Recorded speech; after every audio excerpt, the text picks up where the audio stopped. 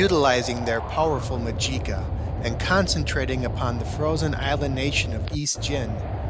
The pair of Circle representatives instantly transported themselves and several Circle guards halfway across the continent from Sparklewood, arriving a heartbeat later along the frigid shoreline of the all but deserted landmass. At once, the tremendous chill in the air attacked the wizards, the wind stinging their exposed flesh, and the 2 wizards and 6 guards quickly bundled their protective skins and furs around themselves in order to keep out the extreme cold. About 50 yards from the shoreline beyond, the constant crash of the sea was almost deafening, forcing the small band to shout to each other above the boisterous noise.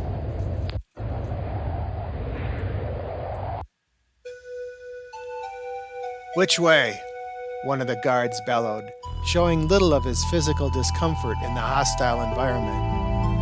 Fenced, the Circle member representing the nation of Ironwood, pointed due north after scanning the devastated countryside, and soon the group was marching away from the ocean and toward the frozen tundra. Fenced and Delinar, the latter wizard a representative to Drismar, walked side by side, the 2 elderly wizards close friends for many years.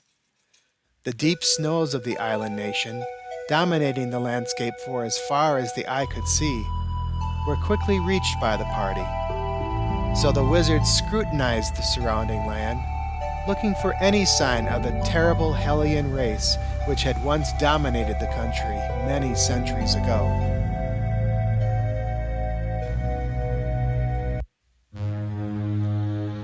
Indeed, East Jin had once been populated and controlled by the demonic Hellions, a race consisting of several powerful and distinct species that had joined the Girak armies to destroy humanity during the Age of Damnation. The Hellions were eventually eradicated, yet the concerned wizards knew well the rumors regarding the supposed resurgence of the vile and corrupt race, of entire adventuring groups found slaughtered upon the barren snowfields of East Jin, and they silently feared that the rumors were more than just terrible stories invented to frighten the weak of heart. Despite the danger, however, the wizards also knew they had a duty to perform, and considered themselves fortunate that nothing had attacked them yet as they reached the dark, massive tunnel leading into the heavy snow and ice nearly 2 miles from shore, the well-known haunt of the last remaining Sioux priest.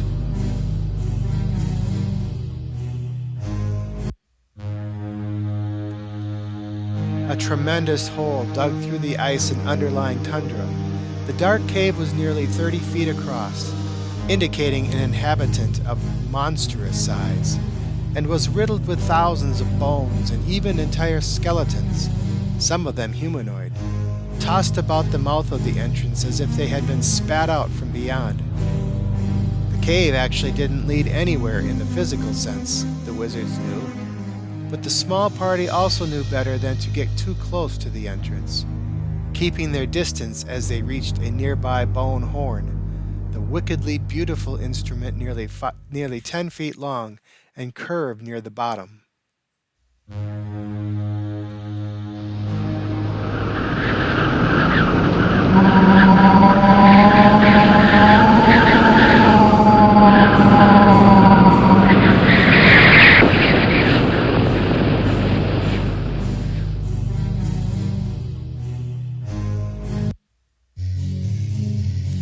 Fence nodded to Delinar and pulled his animal furs closer around himself. Delinar nodded in return, and then gathered all the air she could into her lungs before exhaling strongly into the horn, its low bellow sounding like the voice of doom. After no initial response, Delinar tried again, the horn's wail echoing across the frozen snowfield. Several uneasy moments passed, and then a tiny image appeared within the cave, a translucent creature that appeared to be floating near the very back of the dark recess. The entity slowly grew in size, as if it were approaching from miles away, yet the far end of the cave could be easily seen through the creature just 50 feet away. Both Fenced and Delinar instinctively braced or backed away as the beast drew nearer, still translucent but obviously nearing the cave's outer entrance.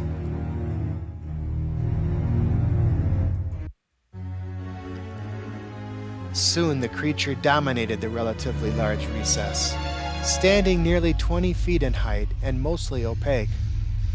The wizards knew that the creature was not of the Merrigan universe, as it stood on two muscular hind legs and possessed 6 tentacles that sprang from its cylindrical torso, wildly flailing in many directions.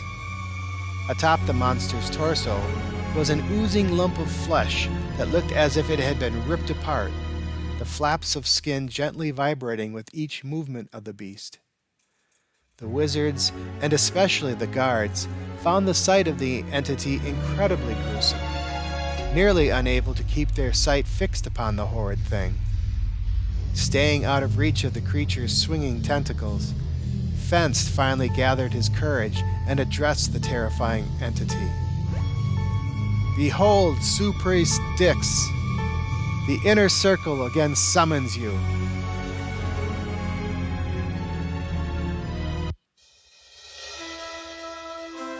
A few moments passed, and then the creature widened its wound-like fleshy structure and drew forward its head, a fiery red oval-shaped mass containing hundreds or dozens of small mouths, each emitting a nauseating green gas. Attached to a long, slender, muscular cord, the head pulled out of the body nearly 10 feet in the direction of the wizards, as if the appalling appendage could sense the presence of the 2 circle members. Many moments passed before the monster spoke, several mouths moving at once that created a terrifying echo throughout the frozen cave. "Your kind sickens me," the Su-Priest began, puffs of the noxious gas spurting in several directions. "What do you want?" The circle requests 2 executions," came Fenced's worried reply, the wizard careful not to show his fear before the beast. "You will obey us." "Curses! Summon again, forced to obey. The humans sicken me. I want to destroy them all. What is it they want with me this time?"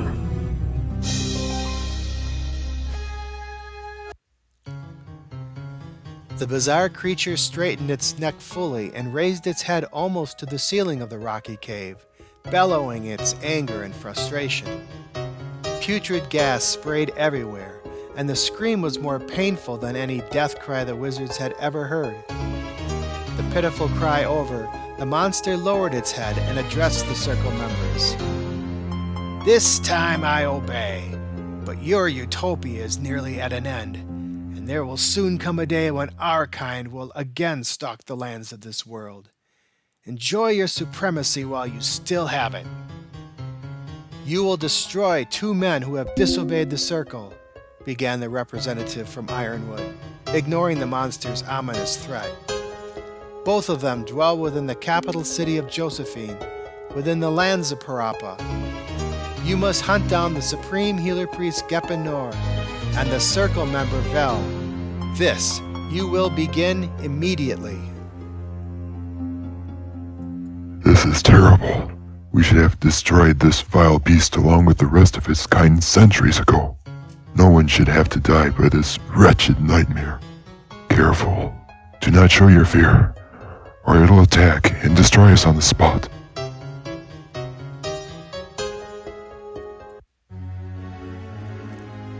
"So now the circle has me murdering its own.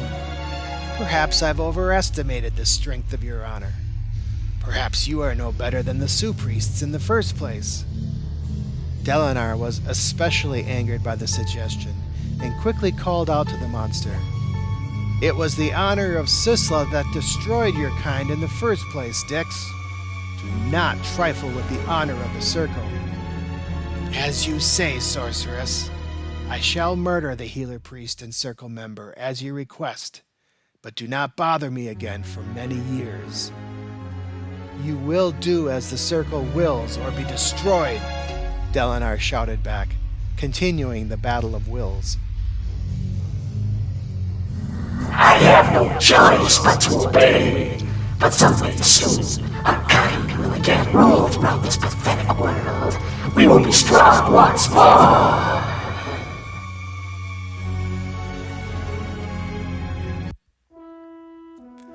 Again, the great beast raised its foul head and cried in frustration, forever cursed to obey the circle upon threat of extinction. The Sioux priest then crawled out of the confining cave and headed south, seemingly running through open air again as it melded into the fabric of reality and passed through the terrain like another spirit of the world. Soon it was gone, and the two wizards could only bow their heads, thankful that the encounter with the Sioux priest was now over, but a bit saddened for what lay in store for both Vel and Gepanor.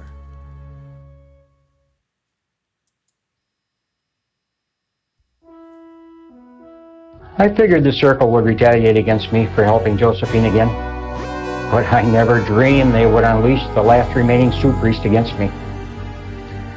Still, the monster had to find me first.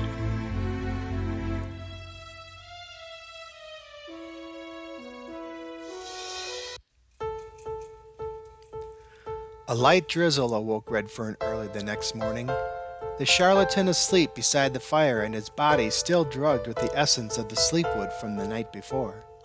A cool early autumn breeze blew past the site, a hint of the coming autumn, and it chilled the young hero almost as much as the Delma he had experienced earlier. Awakened by the cold, Redfern stretched and looked to Sertan and Ariana snuggled together across from the smoldering embers of the fire, then noticed the low gray sky and worried that the day's march would have to be made in heavy precipitation. "Good morning," Ellen whispered as she approached Redfern from behind, returning from beyond the protective grove.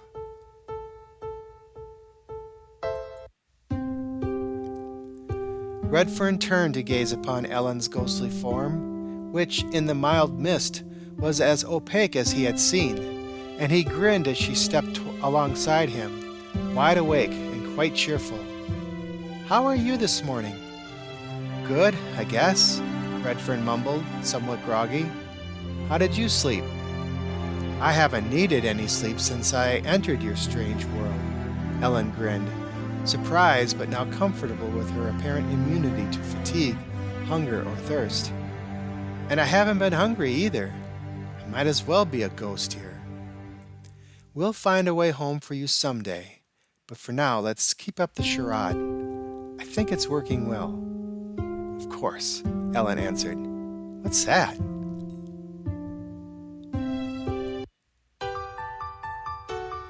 Glancing down in the direction Ellen was pointing, Redfern felt something move past his foot and found a small, furry creature rubbing itself along his leather boots. No more than 10 inches long, it looked like a fuzzy snake. At his feet was a fess, a mystical creature said to acquaint themselves only with the most powerful of wizards within the world, and Redfern was dumbfounded with surprise. Indeed, it seemed that the fess wanted Redfern as its new master. Both Sertan and Ariana awoke and watched as Redfern, his heart beating furiously, reached down to the furry mammal. Intrigued with the creature, he gently lowered his hand beside the fess. The little creature sniffed Redfern's fingers a few times, then climbed into his hand, allowing itself to be picked up by the charlatan. Redfern lifted the creature to his waist and began to stroke the fess, the small mammal obviously enjoying Redfern's touch. "Is that, praise be to Sizzla, is that a fess? I think it is. And look how it's acting around me. It's a sign that it's accepted me. Yes, it wants me to be its master."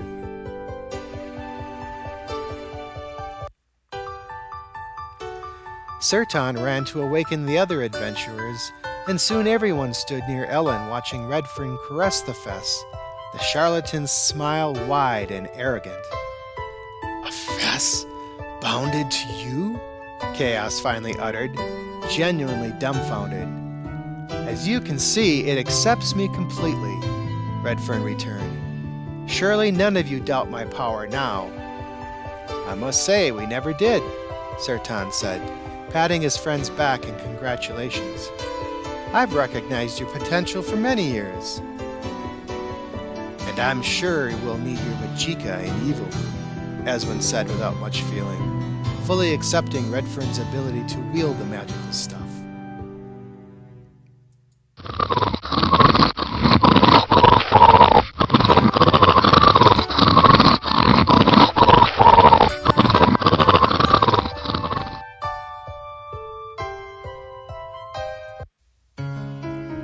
Chaos shook his head and cursed under his breath, however, utterly shocked that the Fess would choose Redfern, of all people, to attach itself to. The Gurak stepped forward and reached out toward the critter in the hope of attracting it to himself, but the furry creature showed its teeth and hissed, warning Chaos to back away. The Fess then found a small pocket within Redfern's attire and made itself comfortable, poking its head out to watch as the false wizard ordered the party to break camp and prepare for the long day of marching ahead.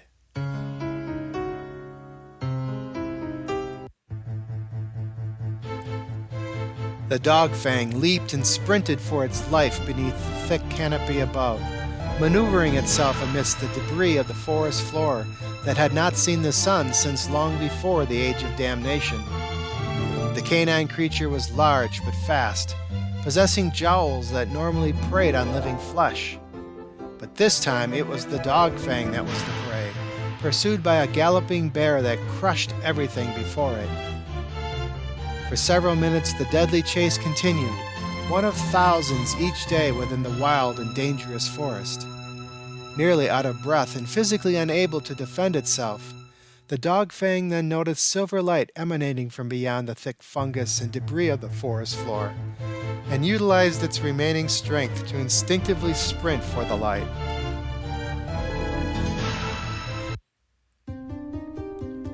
Beyond was a large clearing deep within the wood, brightly illuminated by a spinning cube of intense magical energy the dog fang couldn't possibly recognize or understand. The creature had passed through this area many times before while scavenging for food, and so made its way toward the mammoth pyramid structure that lay directly beneath the cube of light. Out of breath, however, a poorly timed step caused the dog fang to tumble 30 feet from the stone construction, allowing the bear its opportunity to pounce. A massive paw pinned the canine creature to the ground, and the beast bore down to rip out the defenseless dog fang's throat.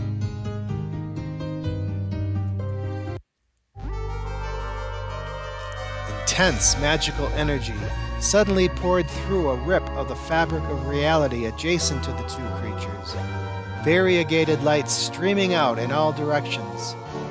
The noise was quite loud, almost a scream, and the energy blasting through the slight tear was enough to knock the bear off its feet and hurl it several yards away. A humanoid creature then stepped through the magical doorway, and intense fear sent the bear running in terror, sparing the life of the defeated dog fang as it too scurried away, its tail between its legs.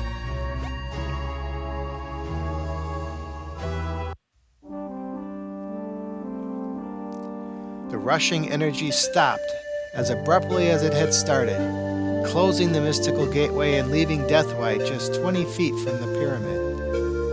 The Gurak shook off the intense pain inside his head, the tremendous Magicka required to transport him here quite irritating to his physiology.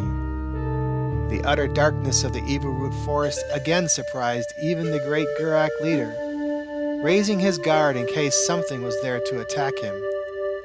And indeed, someone stood just within the single dark entrance to the pyramid, a middle-aged woman dressed in flowing white robes.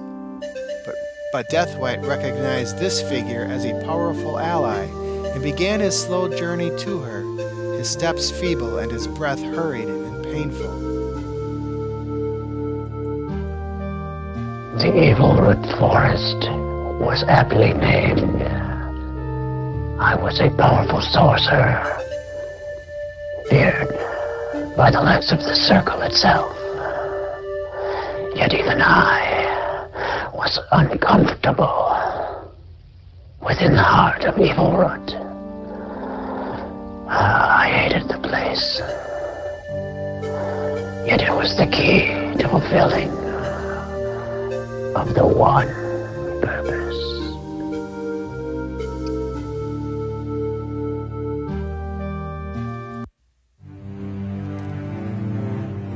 The years are taking their toll, the woman commented as Deathwhite approached, her outward respect somewhat offset by her sarcastic tone. No wonder you need me. I need everyone dedicated to the one purpose, Deathwhite gasped, his forehead sweating in the stifling warm air of the terrible forest. You were to have the Shard of Life by now. And I do. It's already in place. The Gurak grinned, something quite rare for him, before responding to the woman's statement. So now the Grawl is complete? Not quite. I still need a life force, a special life force, one with power and strong conviction. This was to be your responsibility. I shall deliver as well, Deathwhite returned. You will have such a person shortly. Look at him, the old Gurak, weak and feeble. He wouldn't last a day here in Evil Root. It's amazing how someone so small and decrepit possesses the power to topple the circle and end the utopia.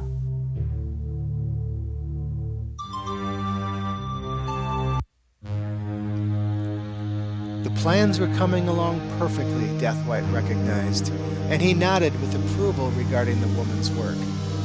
He still thought of her as a child of the world, a young sorceress who had suffered nearly as much as he. But the woman was quickly winning his respect, and he knew she would fit in well after the implementation of their plans. Deathwhite peered over the woman's shoulder and into the dimly illuminated pyramid beyond, and then looked back at her in preparation for entering the mammoth, impressive structure. If everything is set, then I would like to see your Grawl. But of course, replied the mysterious woman, quite proud of her recent accomplishments. My lab room is deep within the crypt. Follow me. She has done well, far better than I ever expected, and has become a trusted ally. At first, I thought of her as a fool, but she truly possesses bitter hatred against the Circle, and her Machika rivals even mine.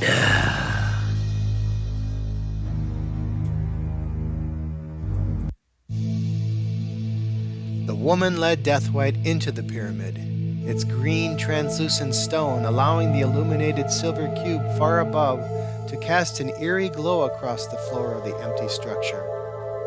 Deathwhite noticed that the woman's stride was nearly as slow as his, and her angelic robes and shawl seemed not to move as naturally as they should. The Gurak knew why, of course, and pitied the woman for what had happened to her, though he also recognized the fact that she wouldn't be helping him otherwise.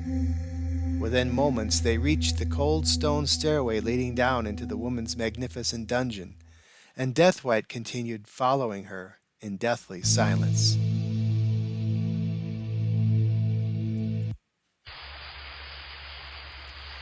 The Wilex wasn't reached until almost sunset, the day overcast with intermittent showers that dampened the party's spirits. Sertan managed to keep everyone somewhat entertained with stories of his past exploits, but both Senyers and Eswin remained cold and distant the entire day, still affected by the rudeness of chaos the night before. Daylight slowly faded away as the team approached the muddy shoreline of the Wilex River, several hundred feet wide and flowing south relatively quickly. Recognizing they could not cross the river at this point, the heroes began to search for the boathouse Certain had referred to the night before. "This way!" exclaimed the Pesserden as he spotted the structure, barely recognizable in the impending darkness. "I'll scout it out."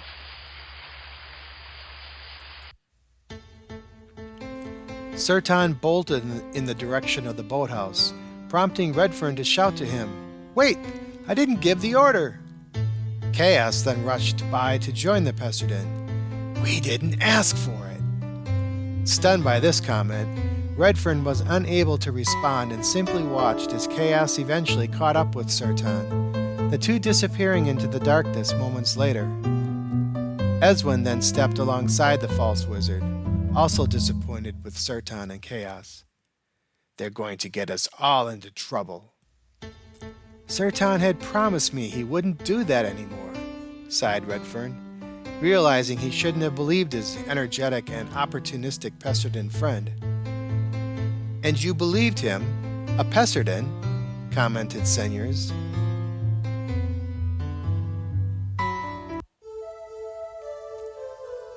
"Well, if anything goes wrong, it'll happen to them first," stated Ellen, her voice somewhat frail within the approaching darkness. Redfern and Eswin were surprised by the comment, but agreed and smiled at her as the group cautiously followed the trail just laid down by Sertan and Chaos. The overcast skies swallowed up the last vestiges of light as the adventurers approached the front door of the boathouse. Recognizing the opportunity to display his remaining Magicka at very little cost, Redfern summoned a moderate pinch and illuminated the wooden staff he still carried, lighting the immediate area fairly well. The two-story building before them was 75 feet from the river, and made mostly of stone blocks trimmed with wood that had been stained with clay pigments. Soft yellow light poured down from a curtained window above the front door, indicating the place was occupied. Sertan and Chaos were nowhere to be found.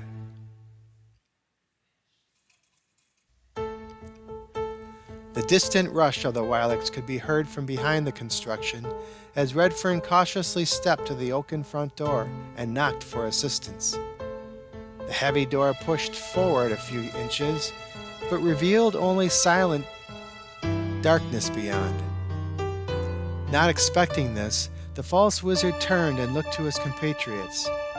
Eswin drew his Sidian sword and stepped forward, leading the other four through the doorway.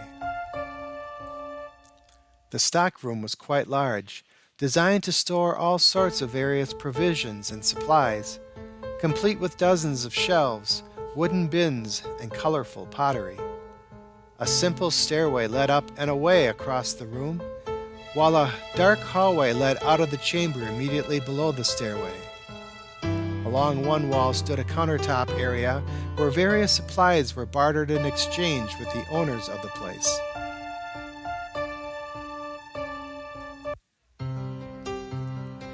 The light from Redfern's staff allowed the heroes to quickly realize that all was not well within the boathouse, as the owners were nowhere in sight and the chamber had been ransacked and destroyed, a specter of its former structure and utility. Even some of the furniture and heavy containers had been uprooted and tossed around, as if a terrible whirlwind had passed through the once well-ordered room. The group examined the scattered debris with great concern and anxiety, fully aware now that something terrible had happened. "This looks very recent," exclaimed Eswin as he began sifting through the wreckage, not looking for anything in particular.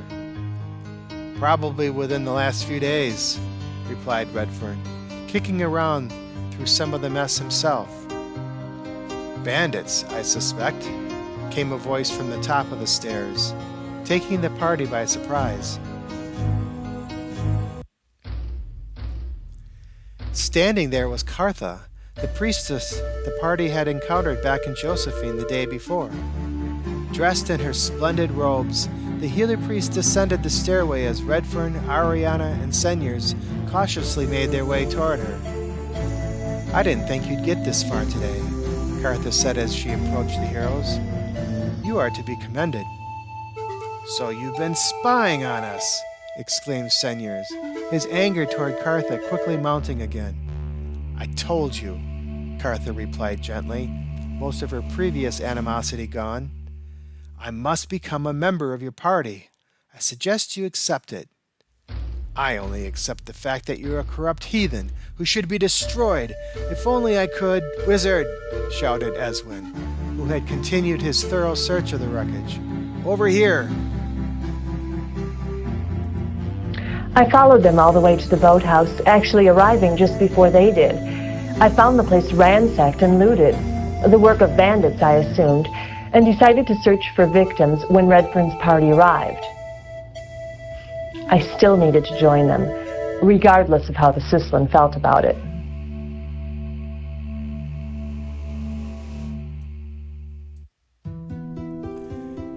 Everyone turned toward the Denwir, at least momentarily resolving the conflict between Cartha and Senyers.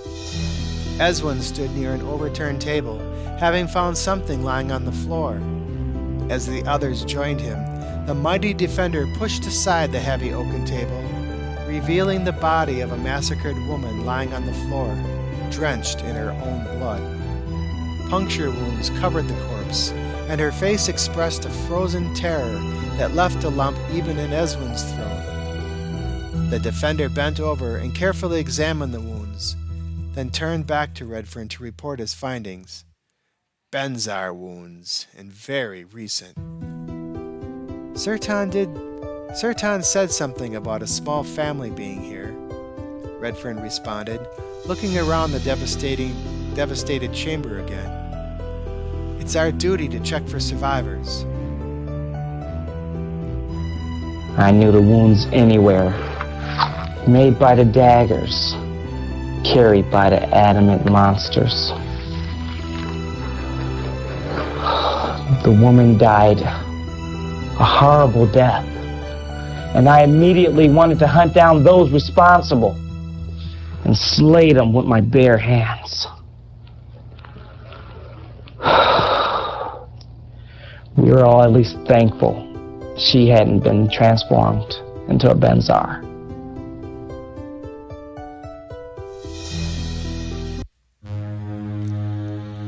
I'll take a look upstairs, agreed Eswin, commanding Ariana to follow moments later.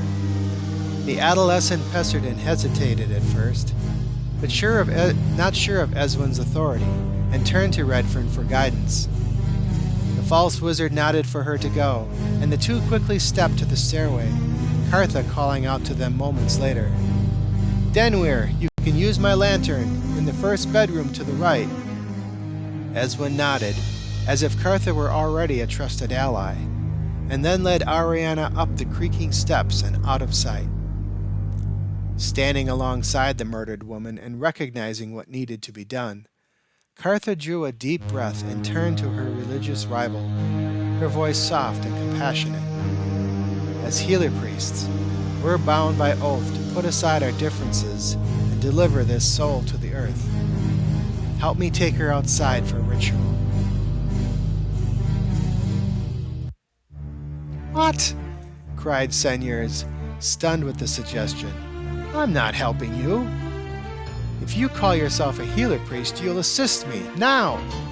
I would die first, screaming the holy man, storming off past Cartha and Redfern in the direction of the dark exit beneath the stairs.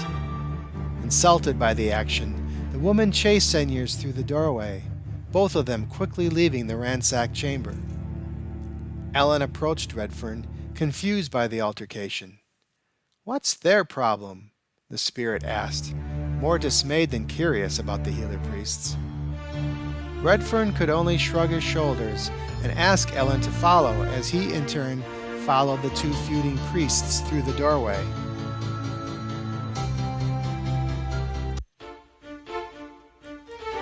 Outside behind the old boathouse, Senyers stepped into a small grassy field carved out of the surrounding woods. 50 feet beyond was the Wylix River, its rushing waters much more audible here in the evening blackness. Both Sertan and Chaos stood in the field as well, just 20 feet away, the Pesserden holding a flaming torch, and the two looking down at something on the ground. Senyers noticed the two rebels, and then was caught from behind by Cartha and whirled around, the priestess furious with him. Redfern and Ellen followed, unsure of how best to resolve the conflict between the two feuding priests. How dare you turn your back on an undelivered soul? Cartha howled, anger burning in her defiant eyes.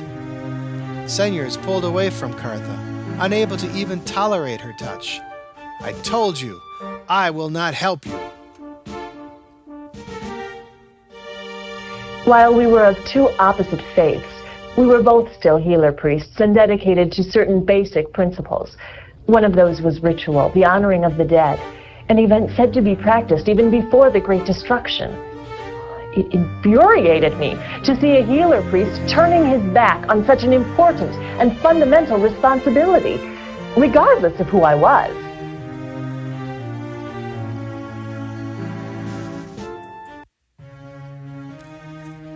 A primary responsibility of a healer priest is to always and forever honor the passing of a soul, no matter what your beliefs. You know that as well as I. I'm fully aware of my responsibilities, but first and foremost, I won't assist a mutant.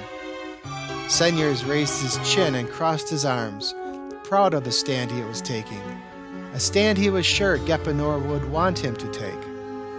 Cartha was momentarily stunned, slowly shaking her head in utter disbelief. You're nothing more than a religious hypocrite, she said with disgust, her respect for Senyers reaching an all-time low. Outraged by the statement, Senyers seemed ready to physically attack Cartha, meeting her angry eyes with equal loathing and disrespect. Redfern finally intervened, afraid to let the altercation continue any longer. Stop it, both of you, cried the false wizard. We're supposed to be in this together. Come on. You've done well, my son. No Sisling should ever give hope or comfort to a mutant, regardless of the ultimate cost. You put her in her place, and I'm very proud of you.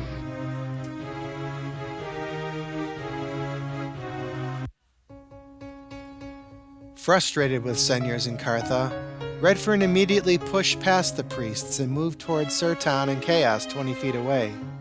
Ellen followed, and moments later Cartha gave Senyers another look of contempt, before turning to follow as well. As Redfern approached, Surtan pointed out two more bodies on the grassy turf, an elderly man and woman who had suffered the same terrible fate as the woman back in the boathouse. Cartha reached the group and bent down to examine the bodies, Chaos delivering another of his cruel comments.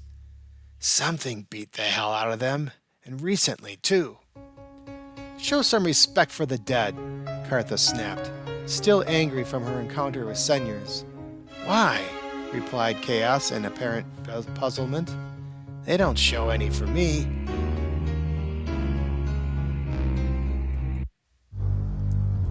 Cartha frowned at the remark and continued to inspect the victims. The priestess reached over and opened the eyes of the deceased woman to help determine the time of death, but the whites of the eyes had already mostly dissolved into corrupt blackness, and Cartha jumped away as if she had just touched something monstrous. The holy woman regained her feet, but continued to stare at the body, slowly realizing that it was transforming into a Benzar right before her eyes. Senyers then joined the small group, sniffing the air. Do any of you smell that? The heroes looked around, sniffing the air. Several soft moans were heard in the blackness beyond Redfern's magical light, and the adventurers realized they were no longer alone. I must say, began Certain, summarizing everyone's concerns, things are getting mighty creepy. There is tremendous evil about, Cartha cried.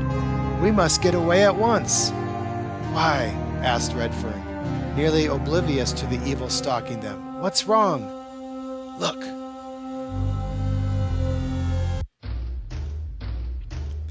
Just entering the circle of light around the heroes were Benzars. Dozens of Benzars, perhaps hundreds of the slow-moving creatures. They came from everywhere, out of the forest, from the beach along the river, even past the boathouse, and the party found themselves suddenly and hopelessly surrounded. The animates stopped about 20 feet away from the heroes, not liking the intense magical light emitted from Redfern's staff. But the heroes knew it was only a matter of time before the hideous beings would rush forth to deliver the same fate met by the elderly man and woman lying at their feet. "I must say, we're a bit outnumbered," Sertan whispered with surprising concern for a Pesserden, unstrapping his bow and quickly nocking an arrow. Senyers turned to Redfern. "Wizard, what are we going to do?"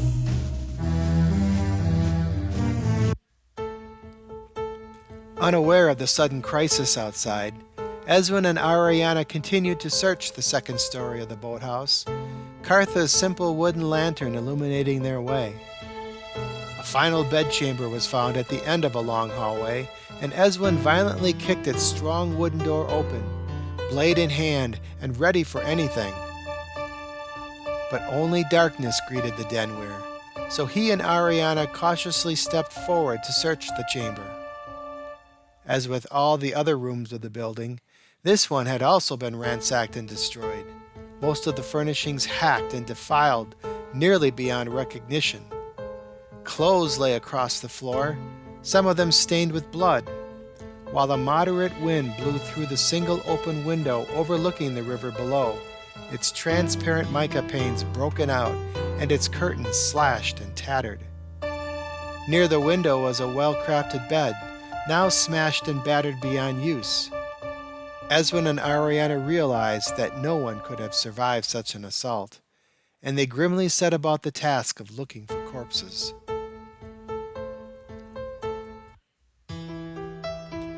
The Denweir stepped toward the closet door, while Ariana gathered her courage and approached the bed to examine the blood-stained sheets. The adolescent reached forward to pull the blankets away, fully expecting to find the remains of some slaughtered victim. A quick search, however, revealed nothing more than soiled sheets and covers, and Ariana breathed a sigh of relief, thankful nothing terrible had been found. As Ariana stepped back toward the bashed window, Eswin reached for the closet door and readied his weapon, half expecting something to attack him from within the enclosed space. The Denweir drew a deep breath and gave the door a quick jerk, but found nothing of importance, and so closed the door and turned back to Ariana. The chamber apparently empty, the two heroes looked to one another, about to exit the grisly room.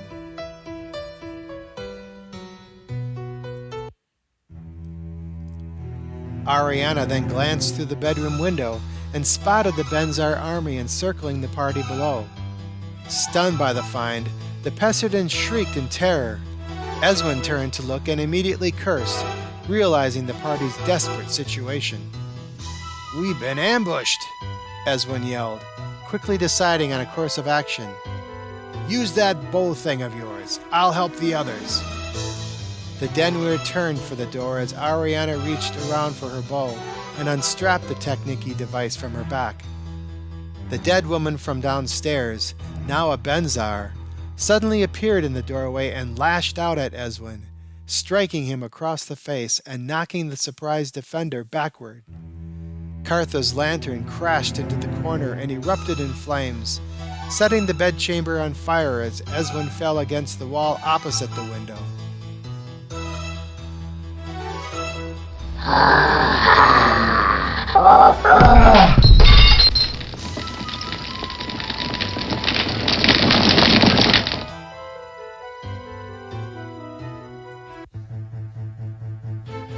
The hideous Benzar then turned to Ariana and withdrew a vicious dagger, its hilt aglow with a fiery red and capable of magically converting the Pesserden into a Benzar herself. The adolescent dropped her bow and fumbled for her own slasher, aware she wouldn't be quick enough to avoid an initial attack. At the last moment, Eswin sprung forward and threw himself at the Benzar, saving Ariana from the deadly blow, but causing both him and the monster to crash through the window. Ariana rushed to the broken window and looked down in time to see Eswin strike the ground and be knocked unconscious, the Benzar falling just beside him. Still unnoticed by the whole of the Benzar army, the dead woman grabbed the unholy dagger lying near Esmond's feet and lifted it high into the air, about to pierce the heart and soul of the defenseless hero.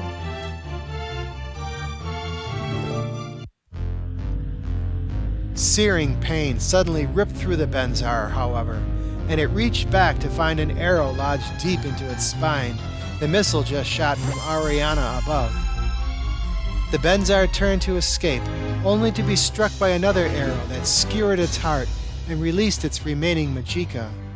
The creature fell beside the unconscious Denwir, forever destroyed by the Peserdent's expert blows. The room around Ariana was becoming an inferno, however, so the Peserdent turned to flee the chamber. About to pass through the doorway, Ariana immediately encountered more of the terrible monsters rushing forth from the hallway beyond, forcing her to retreat back into the burning bedroom. The Peserdent quickly closed the door and bolted it, protecting herself from the advancing monsters, but also preventing her own escape.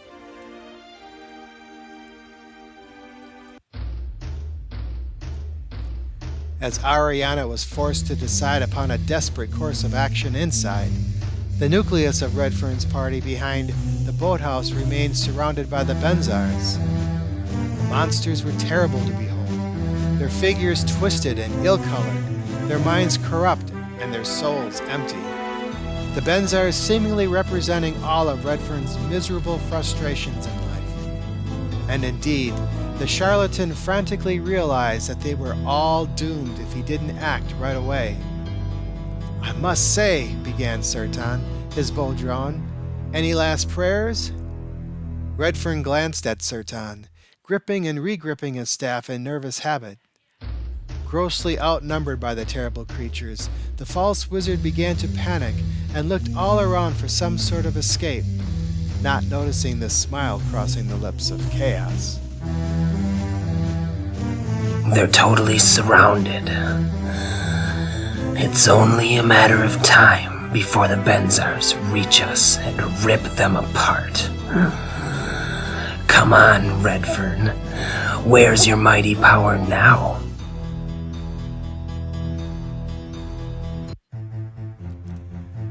"We need to get to the river," Redfern finally shouted, noticing the large wooden raft used to ferry people and supplies across the mighty Wilex River just 30 feet away. "Follow my lead," Ellen responded heroically, springing forward in the direction of the river, waving her arms and screaming as if she were on fire. The ghostly woman did not have any direct effect upon the creatures, passing through them without effort. But the monsters momentarily directed their attention to the spirit, and a few of them even turned to attack her. Watching Ellen reach the raft along the shoreline, Redfern's heart skipped a beat as he realized the possibilities and turned to Senyers and Cartha. "The raft!" cried Redfern, convinced the vessel beyond held the party's only salvation. "We have to get to the raft! Senyers, don't you and Cartha have power over these things?"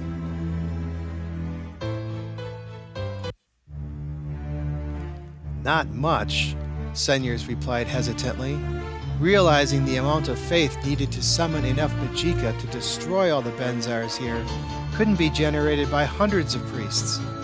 "Just clear a path between us and the raft." Senyers nodded and turned toward the river, not sure exactly where the raft even was.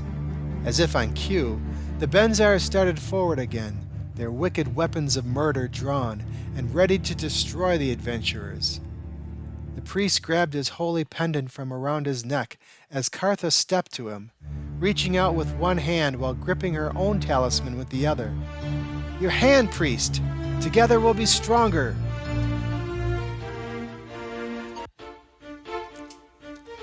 Senyers turned to Cartha, surprised by the command and unsure of what to do. The priest felt an instinct to obey given the circumstances, a spark that was just as quickly smothered by the strict teachings of the church. Cartha's forceful eyes and expression of sincere compassion were just enough, however, to make Senyers slowly reach out to her, and Cartha seized his hand and closed her eyes in preparation for the impending invocation. Senyers then closed his own hand around Cartha's before concentrating upon his talisman, drawing forth a tremendous living energy that existed within the Life Stone. More power! Exactly what I need to stop the Benzars. Don't you dare, senors, not even now. Don't you help her. And be destroyed? To what lengths must our convictions lie? Even unto death, my son. Even unto death. Perhaps.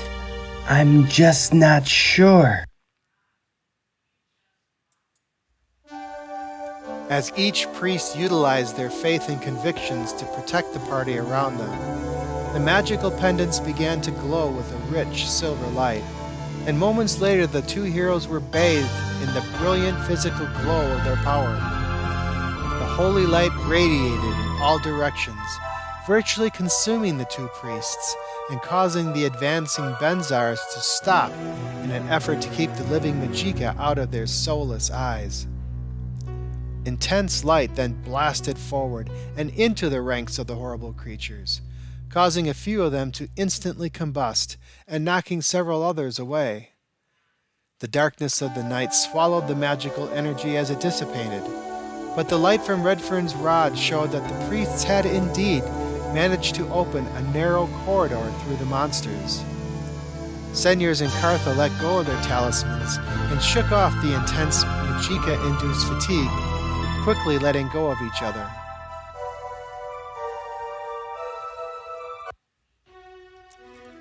Seizing the opportunity, Surtan immediately stepped forward to lead the party through the Benzar corridor and to safety. "I must say, onward to glory!" Redfern and Chaos followed, while Senyers glanced at Cartha with confusion and even some anger, still strangely offended by her suggestion of working together. Cartha returned his cold glance, convinced she had done the right thing, and turned to follow the others, Senyers just a few steps behind. The monsters soon recovered from the assault, closing the corridor as the heroes neared the raft. But Surtan picked off a few of the closer Benzars with well-placed shots, providing just enough time for everyone to join Ellen and board the raft. That's right, mutant. You may have helped, but I will continue to hate you forever, and I will look to destroy you every chance I get. You will pay for making me do this.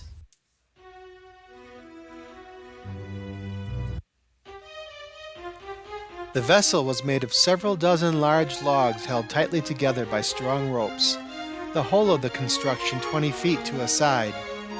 A small wooden hut sat in the center of the raft as shelter. A sailpost rose 10 feet above one corner of the hut, while a small rudder at the other end of the vessel gave the raft some amount of steering and control. Several long poles stood idle at strategic points alongside the raft, ordinarily used to push the construction away from shore.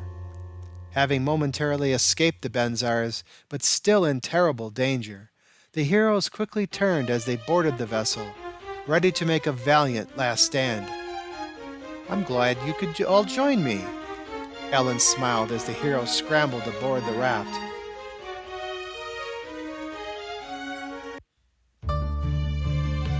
"I must say, this is adventure," replied Surtan, intensely enjoying the situation. Senyers and Chaos, "Ready those poles! Surtan, up on the hut!" cried Redfern, much more worried about the situation than his Pesterden friend. The three heroes obeyed. That Chaos obeyed was surprising, and as Surtan scampered up the small protective structure aboard the raft, Cartha noticed the fire in the boathouse 50 feet beyond and turned to the charlatan with surprise and fear. "Wizard, isn't that your young Pesterden defender?"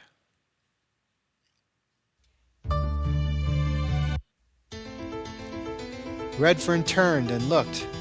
There, through the broken-out window of the upstairs bedroom stood Ariana, fiddling with something in her hands as the chamber burned brightly around her. The young woman had her trusty rope and was tying one end to the shaft of an arrow, the other end tied about a massive wooden beam in the ceiling. The heat of the fire around Ariana was becoming unbearable, and the severe pounding from the braced door beyond signaled that she had only moments to escape the chamber. Finished preparing the arrow, Ariana fumbled for her bow, dropping it once as she fought off the fear rising inside her. Splinters from the door showered the woman as the Benzars finally broke through, gaining entry into the blazing chamber. The hero knocked her weapon and pulled back on the tight string of her bow, taking aim at the mask of the raft 50 feet away. "This had better work, Sartan," Ariana mumbled to herself.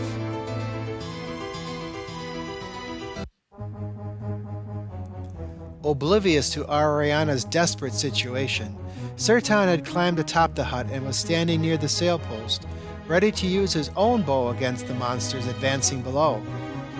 The hero then felt something move past his head and heard a loud thunk, and turned in amazement to see Ariana's arrow, launched from the burning boathouse beyond, sunk deep into the mast. Sartan watched as the attached rope fell on the Benzars below, the mindless monsters paying the cord little attention. "I must say, what a shot!"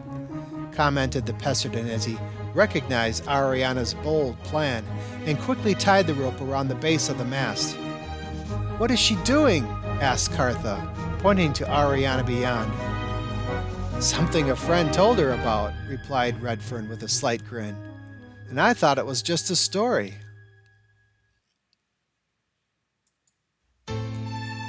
But the Benzars were still coming, so Redfern ordered Seniors and Chaos to push with the long, sinewy poles, the Fess poking its head out from one of Redfern's larger pockets to watch the action.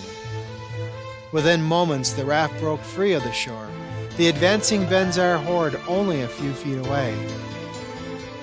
With no time to lose, Ariana strapped her bow to her back and grabbed the rope, about to make her escape through the window of the burning chamber. A pursuing Benzar jumped at Ariana, however, and grabbed her right ankle, preventing her escape. Anger immediately surfaced in Ariana's consciousness, what little anger a Pesserden could feel, and the daring adventurer withdrew her slasher and hacked off the Benzar's hand at the forearm, permitting her to leap forward just as the other monsters broke through the door and lunged for her. Moments later, the hero was out the window and climbing down the rope, which was becoming taut as the raft pulled away far from shore.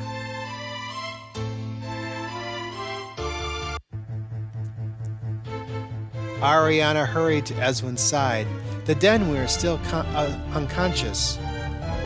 Putting her blade away and retrieving a small gourd of water from around her waist, the Pesserden poured the liquid over Eswin's face, aware that a few of the Benzars had noticed her descent from the burning boathouse and were now turning to destroy her. The rope alongside Ariana and Eswin then lifted off the ground, and the Pesserden realized she had only moments to react. Standing at the very front of the raft, Redfern and Cartha could see the vessel wasn't moving away fast enough to prevent disaster. "Wizard, some fire!" cried Cartha.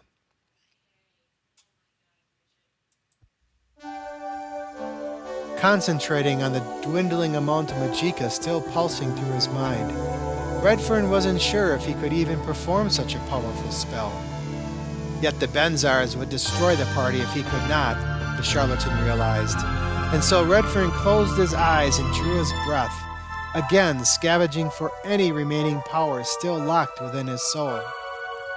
Redfern focused on his own fear, his need to remain alive, and attempted to conjure fire along the very edge of the shoreline. Within moments, intense heat materialized between the heroes and the monsters, igniting into tremendous fire and turning several of the closest monsters into animated pyres. The rest of the monsters backed away from the flaming wall, suspending their pursuit of the heroes. We're moving, but not fast enough. We're not going to make it. Fire! Yes, Benzars hate fire. It'll stop them instantly.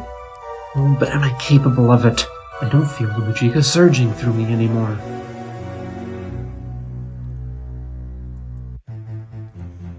Good work, said Cartha. But what about the rope? Redfern opened his eyes and watched as the magical fire licked at the rope connecting the raft to the boathouse beyond, the cord representing Ezwin and Ariana's only chance for escape. Redfern's first thought was to cancel the magical fire, to summon magic against magic, but the young hero could no longer feel the Majika racing through his being, and his heart skipped a beat with the terrible realization that he was a wizard no longer. I did it! I summoned fire! Oh, damn, look! The fire's burning Ariana's rope. They're on their way back to us. I've got to stop it. Put the fire out immediately. But there's no more Majika. They're doomed!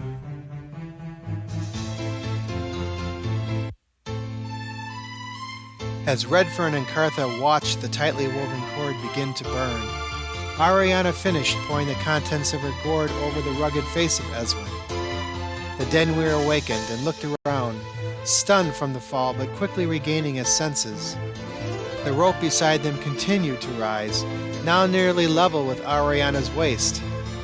"Sir, grab the rope, quickly!" the Pesterdin screamed, afraid for Ezwin as much as for herself. The Denweir seemed to grow angry at the command, however, and drew his sword after gaining his feet, as if to attack Ariana. Surprised and horrified by his advance, Ariana ducked to avoid Ezwin's cruel slash, then turned to realize that a Benzar was about to attack her from behind, its decapitated head still rolling several feet away from the fallen body.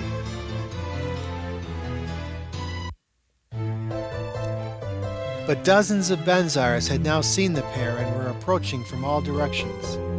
Assessing the situation, Ezwin ordered Ariana to the rope and prepared to stand his ground and protect them both, his trusty Sidian sword already saturated with Benzar blood. As the cord passed over Ariana, the Pesterdin grabbed it and began to rise off the ground. Two monsters attacked Ezwin, and the Denweir made quick work of them.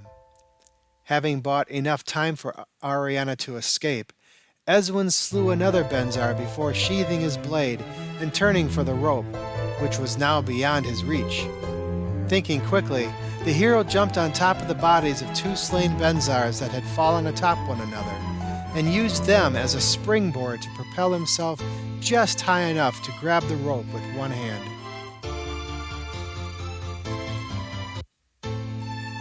This event caused the raft to pitch violently in the water, although the current of the river had now caught the vessel and continued to pull the rope even tauter. Unable to see what was happening beyond the magical wall of fire, Redfern called to his Pesterdin friend still atop the raft. "Surtan, what's happening?" "They have the rope," returned Surtan, a large grin on his face. "And they're coming this way. I must say, it sure looks like fun." "You realize we can't break free until this rope is cut," Chaos added, abandoning his post in order to voice his opinion. "Give them a chance," Redfern replied sternly, needing to give his friends the time they needed. "They'll be here in a moment."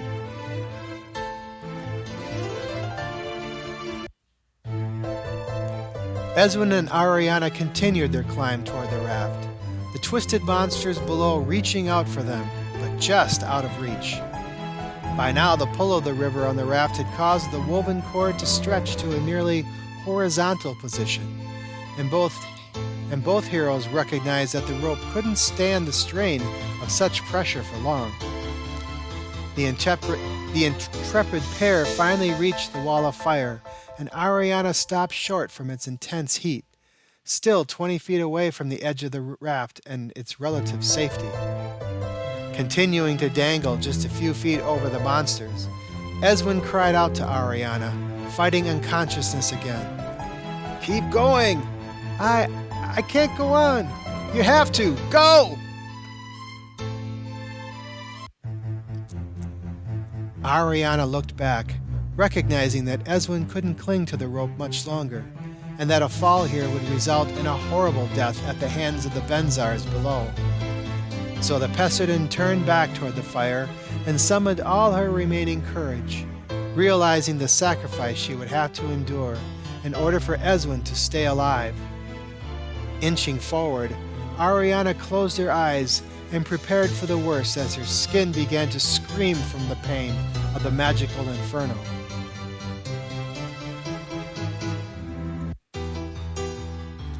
As if on cue, the Majika feeding Redfern's wall of fire finally dissipated, causing the flames to instantly collapse and permitting Ariana and Eswin a very real opportunity of safely reaching the raft. The collapse of the fire also allowed the Benzars to surge forward again, however, entering the river to attack the heroes. Realizing the situation, Surtan shouted and readied his bow. "Have no fear when Surtan is here!" cried the Pessidon, quickly picking off the closer monsters with missiles of death. The force of the river pulling on the rope finally caused it to snap, severing the bond between the raft and the boathouse and dropping Eswin and Ariana unceremoniously into the cold water below. The vessel now leaving the vicinity of the river's edge and taking the adventurers out of immediate danger, Redfern and Cartha rushed to the edge of the raft to help the fallen heroes. Seizing the remnant of Ariana's rope, the two quickly hauled Ariana to the edge of the raft and pulled her aboard, the young woman coughing up water and nearly drowned. Surtan put away his bow and jumped down to help. "I think he sank to the bottom!" Ariana desperately cried as Surtan carried his racial sister to the hut and gently leaned her against a wall, examining her wounds.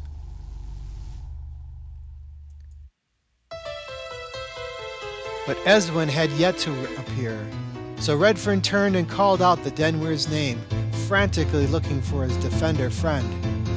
But the Benzar horde still gathered along the shoreline and the boathouse now hopelessly burning in the distant background. Redfern's desperate cries were returned only by the cool river's wind. "We must turn back!" Redfern finally shouted, turning to face the party again. "It's his only chance!" "No chance, Redfern," Chaos replied. "You can't jeopardize us all for one person." The comment infuriated Redfern, and he was about to respond harshly. The leader then noticed that everyone aboard the vessel more or less shared the Girak's view, and Redfern was forced to confront the fact that Eswin was gone forever. Deeply saddened by the loss, Redfern bowed his head and turned once more toward the river's edge, paying a silent farewell to the lost Denweir. "I'm sorry, Eswin. You will be deeply missed." At first, I wanted to strangle the Girak. I was so upset. Eswin was an irreplaceable part of our adventure, and I was stunned by his loss. Still, the Girak was right. I couldn't risk everyone just to look for him. I had to do what was best for all.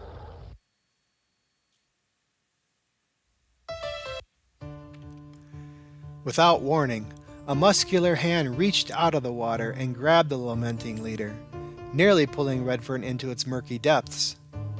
Eswin's head broke the surface, and he gasped painfully for air. Surtan and Cartha then helped Redfern drag the dying warrior up onto the raft, leaning him against the hut alongside Ariana. Cartha immediately approached Eswin, bending on one knee to examine the Denweir and take his vital signs. Blood oozed from his nose and mouth, and the hero's eyes rolled back in approaching death. Vital signs weak, internal damage, water in the lungs. He may be beyond help, Cartha stated to the adventurers, probing Eswin like a nurse. "Can't you do anything for him?" begged Redfern, standing behind Cartha. "I am a healer priest," the heroine replied gently, reaching for her talisman in preparation for the summoning of her own Majika. Even seniors watched in amazement as the holy woman closed her eyes and caught her breath, a soft blue light beginning to glow from her necklace. As Cartha continued to concentrate, dwelling upon her own personal convictions of life and love and the betterment of the world around her, the bluish light absorbed her entire being, and the priestess began to glow like a hot blue flame. Full of the healing Machika, the priestess then reached out to Eswin and placed her right hand over his failing heart, her awesome power flooding into the denware like a sudden rush of water.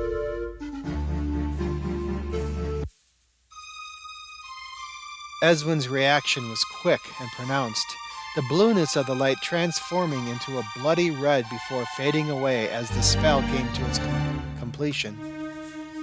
The wounded hero drew a deep breath and then began to breathe much easier as he fell into an even deeper sleep, saved by Cartha's faith. The priestess smiled as she let go of her talisman, mentally drained from the spell but obviously happy that she possessed enough compassion, determination, and skill to save the hero.